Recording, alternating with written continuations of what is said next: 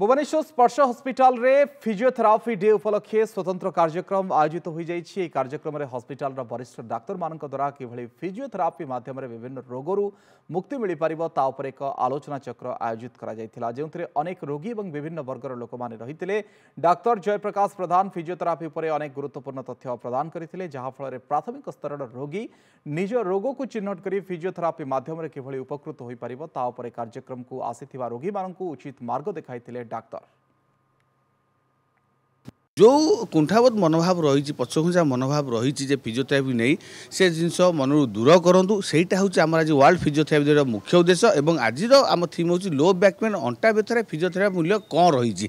तो जो डाक्तर आप उपदेश दौरान मेडिसिन खाई फिजियोथेरापी करूँ तो सहीटा पाणीबा मानिबा आमर लोक मान मुख्य उद्देश्य निहा दरकार।